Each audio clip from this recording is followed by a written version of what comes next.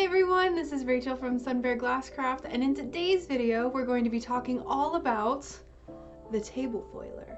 I'd like today's video to be multi-purpose, so I'd like to show you how to use it and how to set it up, as well as talk about the things I like and don't like about it. If you like today's video, please leave a like and consider subscribing, and also check out my Patreon if you'd like to help support my channel. Alright, let's go ahead and get into the video.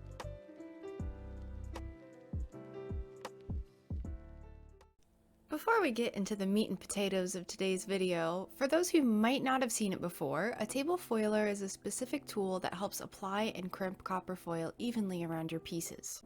It comes with 3 different foil size wheels that are easily interchangeable and is kind of just a way to semi-automate the foiling process. This isn't the only foiling tool that exists, this is just the one that I found and I purchased that I have used and like.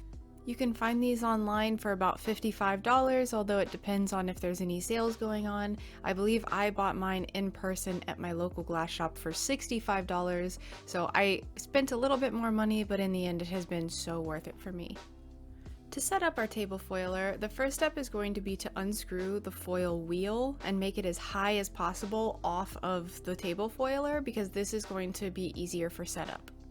Once the wheel is lifted, we can go ahead and grab our roll of copper foil tape and put it in the holding pegs. You can see here there's a black line because I use this so much, the adhesive has left a circle around the holding pegs.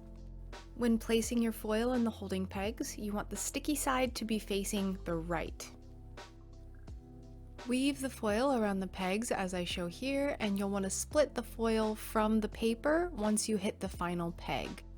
There will pretty much always be a little tail of foil that you need to cut off because you've handled it and gotten your little fingerprints all over it, but it usually shouldn't be too much, so simply cut it off and then we are ready to calibrate the wheel to the glass we're going to be using.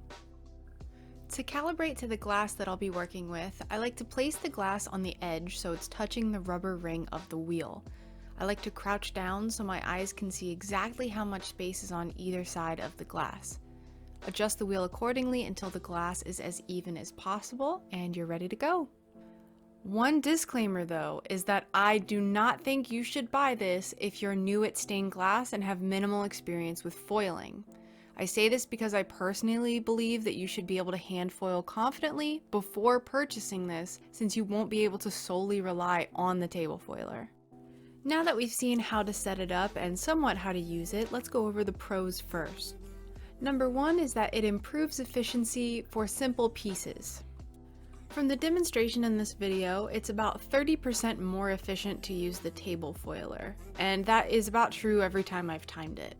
I find this to be the most useful for my kind of mass-produced, in air quotes, pieces, just because it helps the flow and efficiency. So if I'm making a ton of honeycombs or a ton of monstera leaves, I'll use the table foiler and it really helps me cut back in time. It's important to note that I did say it cuts back in time on simple pieces, but I'll go over what I mean by that in the cons section later in the video. Pro number 2 is that it consistently applies foil evenly. I think that the table foiler could be extremely helpful for those with disabilities or finger pain that might be exacerbated by hand foiling. I know personally I have wrist problems and sometimes foiling kind of aggravates that, so I can imagine that doing small hand movements, gripping really small pieces can be difficult if you have some sort of physical ailment that's going to get in the way. Pro number 3 is that it's relatively easy to set up and use.